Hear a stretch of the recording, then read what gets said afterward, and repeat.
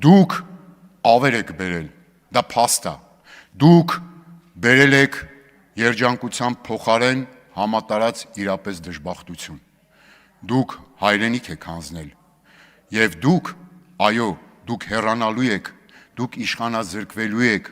դա անխուսափելի մի բան է, բայց մի վախեցեք այդքան դրանից, ինչքան շատ վախենաք, այնքան ցավոտ եք իշխանազրկվելու, հետևաբար, քանի դեռ ժամանակ կա, վախեցեք Աստծուց։ Ես անկեղծ ասած չգիտեմ,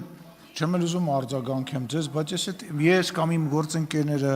մարդ ենք սպանել Երևանի կենտրոնում, ընտրություն ենք կեղծել,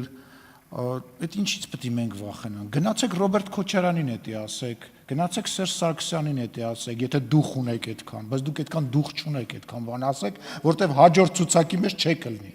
Վերջացրեք այդ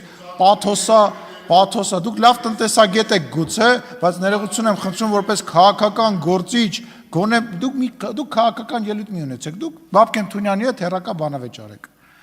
Պարոն Խաչատրյան, ձեզ հրավիրում եմ ամբիոնի մոտ, համեցեք։ Բաբկենի հետ Թունյան, Բաբկենը իմ ընկերն է, Բաբկենը մեր ընկերն է, մենք լավ էլի, ես քաղաքական գործիչ եմ, քաղաքական ելույթ եմ ունենում։ Սիրելի Հոբելյար,